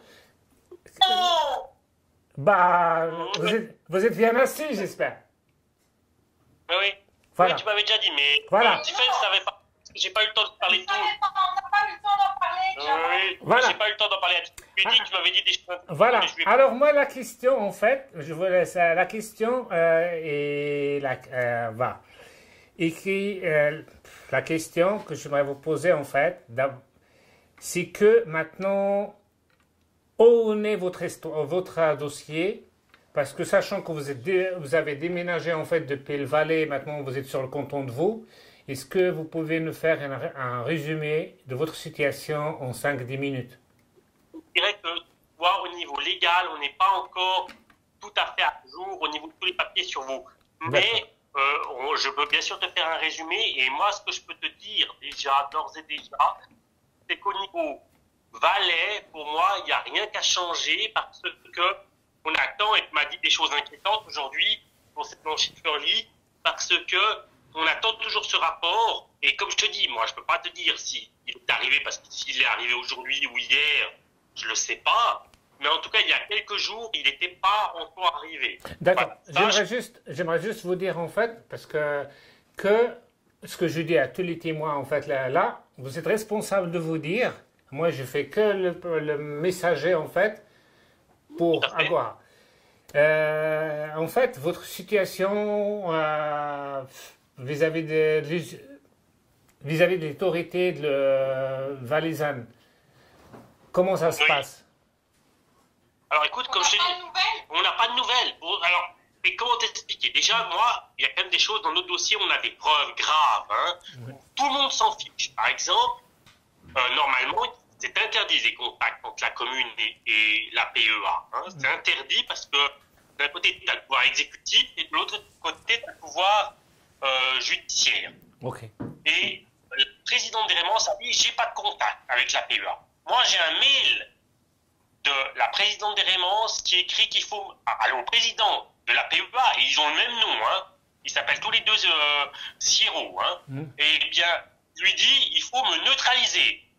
C'est-à-dire que la présidente des Rémons s'écrit au chef de la PEA du Val d'Airain, parce que la PEA, c'est pour toute la région, hein, c'est le Val d'Airain, c'est pas juste les Rémons. Eh bien, elle lui écrit qu'il faut me neutraliser. Bah, je veux dire, vous neutralisez, ça veut dire... c'est un exemple. Voilà. C'est pas le seul, hein. Bah, je veux dire, vous n'êtes pas un danger public, vous n'êtes pas... Oui, mais je me suis plaint. Tu comprends, je me suis plaint qu'il y avait des choses qui n'allaient pas. Donc, attention, hein, je me suis plaint. J'ai écrit une lettre très polie au chancelier de l'État du Valais, avec copie à la présidente des Rémons. Et elle dit d'ailleurs au passage que je cherche à la menacer. Donc, imagine bien que si je voulais la menacer, je le ferais peut-être pas avec une copie à elle-même. Enfin, vraiment. Puis moi j'ai relu la lettre, il n'y a absolument aucune menace. Donc elle délire en plus. Mais ce que je veux dire, c'est que tu vois, donc c'est pas du tout, en tout cas pas frontal. J'assume complètement ce que j'ai écrit. Il y a quelqu'un avec copie à la présidente des Rémons. Ces gens-là vous accusent. Il y a juste... Voilà, il y a une question, en fait, la situation en fait actuelle de vos enfants, est-ce qu'ils se sont comment en fait? Parce que j'ai entendu comme quoi il y a un qui avait fait une tentative en fait de suicide parce qu'il voulait rentrer à la maison et tout. Non, pas vraiment. Tentative de suicide, ça je dois dire quand même. Ouais. Mais parce que les grands du foyer se sont ouverts les veines, ils ont un peu essayé. C'est-à-dire que ça n'a pas du tout touché les veines, mais ils ont essayé parce qu'il y a des grands du foyer qui l'ont fait. Mais c'est un mauvais exemple qui leur ont fait suivre. Bien sûr, voilà, donc ça c'est clair. Puis comme je te disais, moi quelques jours après être arrivé là-bas, j'ai un de mes fils qui a été mordu au visage jusqu'au sang. Hein. Non, mais on parlait en fait du comportement de l'enfant. C'est un enfant, il se comporte parce qu'il veut... Comme ça, c'est qu'il n'est pas content. On le maîtrise, on le met hors de lui en fait. On le met dans une situation que lui, il refuse. Il a envie de rentrer dans la famille. Alors, pourquoi? C'est qu'il est bien dans sa famille. Mais Jamal, écoute-moi. Il y a 6 mois, il y a 6 mois en arrière, il y a Edwige qui avait fait un cahier à destination du juge. Elle lui a fait plein de dessins qui montrent que la maison est pendue, qui montrent que l'arc-en-ciel pleure, qui montrent qu'elle pleure, qui dit « je veux que tu me dises au juge », qui demande au juge « donnez-moi 3 raisons valables pour lesquelles je suis ici, parce que je ne le comprends pas, j'ai la meilleure maman de la terre, j'ai le meilleur papa de la terre, et je ne comprends pas pourquoi je suis là. » La gamine, elle a 9 ans, elle n'a aucune innocence, elle dit carrément dans son cahier tout ce que j'ai appris au foyer, ce sont des choses tellement énormes que je ne serai plus jamais une enfant. Maxime me dit, tu sais, nous on supporte, mais on est obligé. Maintenant, c'est vrai qu'on en a marre. Et François parle de moins en moins. Si tu veux, il va nous parler le week-end, le dimanche quand on se voit, il nous parle, mais il est à des années-lumière d'être heureux comme il l'était avant avec nous. C'est lequel qui a écrit à la juge, comme quoi, avec les 10 seins? La petite de 9 ans. C'est la plus petite qui a écrit au juge. Et le juge, on lui a joint les photos, on lui a joint... écoute ce que j'ai fait. J'ai copié textuellement tout le cahier de ma fille, sans même corriger les fautes. Ce qu'elle a raturé dans son cahier, je l'ai copié, je l'ai raturé dans Word, et j'ai scanné ses dessins. Je l'ai envoyé comme ça au juge, je l'ai donné comme ça à Schifferli, et personne n'a bougé. D'accord. Et est-ce que aussi l'assistant social, il avait une copie ou? Mais non, mais tu vas pas demander à Christophe Roth de bouger quand même. Sinon, cette question, je dois la poser. Moi, je connais ce personnage, je connais mon histoire avec. Et oui, en fait, c'est bien que vous êtes là, en fait, de me répondre. J'ai entendu qu'il vous a agressé physiquement lors d'une visite chez vous. Alors, pas mon mari, mais moi, oui, on était à une maison où il s'est planté à la maison de manière inopinée. C'était l'anniversaire de mon beau-père que l'on venait d'accueillir à la maison. Oui. Et il est venu faire un tour de maison. Il s'est imposé le jour de l'anniversaire de mon beau-père à la maison. Oui. Et à un moment donné où mon beau-père s'est retiré dans le salon, il était dans la cuisine avec nous. Et il m'a hurlé un nom de Dieu avec un grand bras au-dessus de mon granit où je me suis heureusement reculée dans ma cuisine pour ne pas qu'il me gifle. Il ne m'a pas touchée, mais je n'aurais pas eu la place de me reculer, son bras partait dans mon visage. Je n'en ai aucun doute. À ce point. Ah oui, clairement. Et je me maintiendrai devant des juges. Ce que je te le dis, alors c'est peut-être un ressenti, mais il avait une telle colère, une telle rage, que je pense que si je n'avais pas eu 3 ou 4 mètres pour me reculer dans ma cuisine, j'avais son poing dans ma figure. Ça, c'est clair.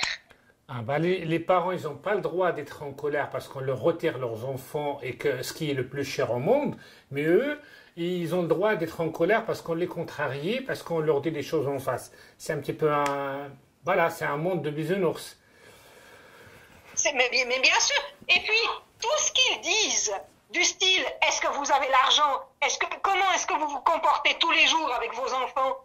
Mais putain, pardonne-moi, mais je ne les ai pas attendus pendant 7 ans où j'ai élevé ma cadette, pendant 15 ans où j'ai élevé mon aîné sans qu'il ne me les retire, pour savoir comment j'allais les éduquer et quelles valeurs j'allais leur transmettre. Je n'ai pas mis au monde mes enfants pour que la société me les enlève et me juge ma manière de leur transmettre mon humanité. Mais c'est votre droit d'éduquer les enfants, parce que dans l'article « Les droits de l'enfant », je veux dire un assistant, même comme ça, les assistants sociaux, ils n'ont pas le droit de se mêler d'un parent parce que... Non, Jamal, plus maintenant, l'être humain n'a plus le droit d'élever ses enfants dans un pays comme la Suisse. Non, mais il ne faut pas généraliser. Je veux dire, là, c'est comme j'ai parlé avec quelqu'un avant, c'est un petit peu partout. Mais malheureusement, il y en a, comme j'ai parlé, ce que j'ai dit avant, en fait, si certains de ces assistants, en fait, ils pensent, c'est pas seulement ils détruisent les familles ou les enfants, l'avenir de ce pays, mais aussi l'image de ce pays et l'image de les institutions. Parce que, je veux dire, des fois, on a l'impression, quand on rentre chez eux, c'est un autre pays. Il leur a suffi de mettre 2 douaniers à l'entrée pour checker les passeports. Oui, mais Jamal, il y a un énorme problème et tu touches à quelque chose de fondamentalement grave en disant l'image d'un pays, ce sont ses institutions. Exactement. Le problème, c'est que... Oui, mais écoute-moi, le problème des institutions à l'heure actuelle en Suisse, c'est qu'elles revêtent tout le côté lisse de l'institution qui fait du bien aux enfants. Nous, on a retiré des enfants à leur famille parce qu'ils étaient en danger. Tout ce qu'ils estiment être en danger, ils le retournent à leur avantage en dénigrant les familles, en dénigrant les parents, en détruisant l'image du couple et de la cellule familiale, en détruisant l'enfant, en détruisant le futur être humain et en se donnant tous les crédits d'une autorité qui fait du bien. Il est là le côté perfide. Ben, le problème, en fait, les lois, elles sont bien, parce que tout le monde le dit, c'est des avocats, même les parents, quand on lit l'article 273 ou 275 ou 4 ou 76 de Code civil, mais il n'est pas appliqué. Et ces gens-là, des fois, j'ai l'impression, en fait, ils déforment en fait, les articles de loi. Après, ils vont vous proposer des solutions élastiques qu'ils peuvent utiliser à leur façon, comme ils le veulent. Et que c'est ça que je dis, les lois, elles sont bien faites. Et quand on prend, par exemple, dans le pénal, c'est quand vous touchez juste un simple vélo de quelqu'un, vous le cassez, c'est un dommage de propriété, en fait. C'est n'importe quoi. Alors, par contre, aussi quelqu'un, il vous enlève un organe, en fait, vous pouvez, c'est punissable.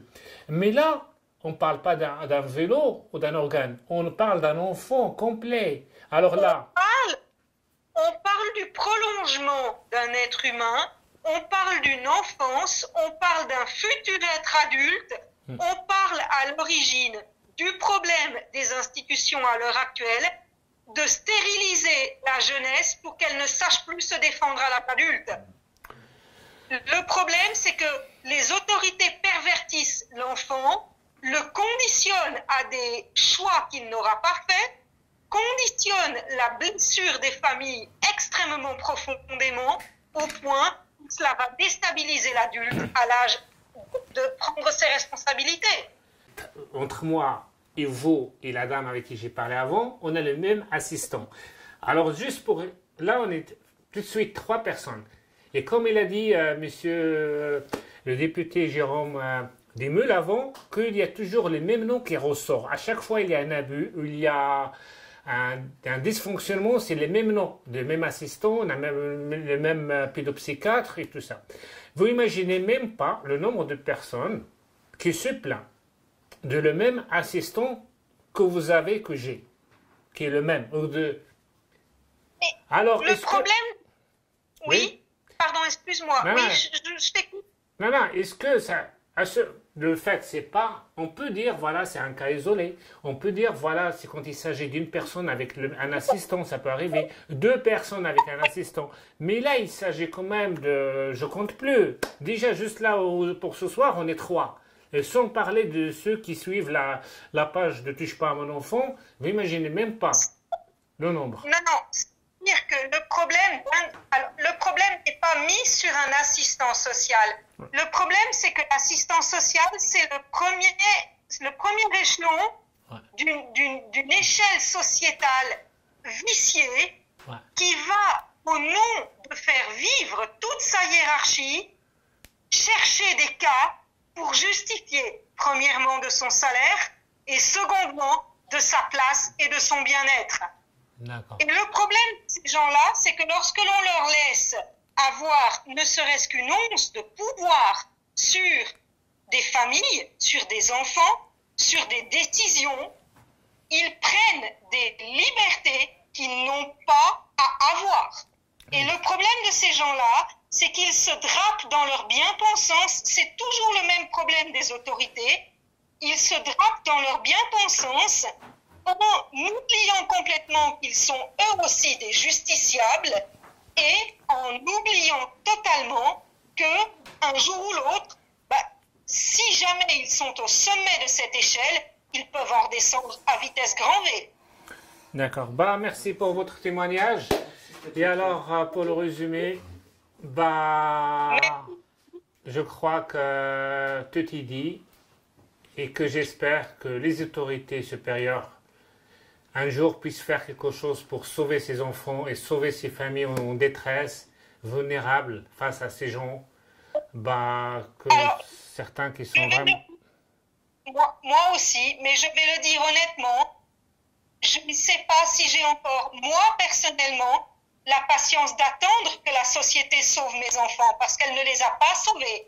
La société les a, je parle de la société valaisanne, la société valaisanne les a enfoncés. La société valaisanne a fermé les yeux sur notre malheur de famille. Ouais, mais juste, Madame Fournon, juste en fait, parce que la société valaisanne ou vaudoise, il est pour rien. En fait, le problème, c'est certains bravages qui utilisent en fait leur pouvoir pour se justifier les prébendes qui touchent à la fin de chaque mission ou chaque mois et tout ça. Alors, on va rester là. Je vous souhaite une très belle soirée et je vous souhaite que les choses vont s'améliorer pour vous et que votre témoignage sera entendu et et que des gens...